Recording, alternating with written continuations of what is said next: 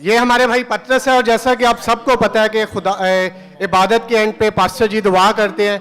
इनके फादर को बहुत सख्त बीमार थे और इन्होंने टेलीफोन पे खुदा के खादम से दुआ करवाई और खुदा के फजलो करम से अब वो बिल्कुल ठीक हैं और ये यहाँ पे खुदा के नाम को जलाल देने आए। हालेलुया! जोरदार तालियां बजाएं, जोरदार तालियां बजाएं। जब आप अपने हाथों से खुदावन के नाम को जलाल देंगे तो खुदावन आपके हाथों में बरकत देगा।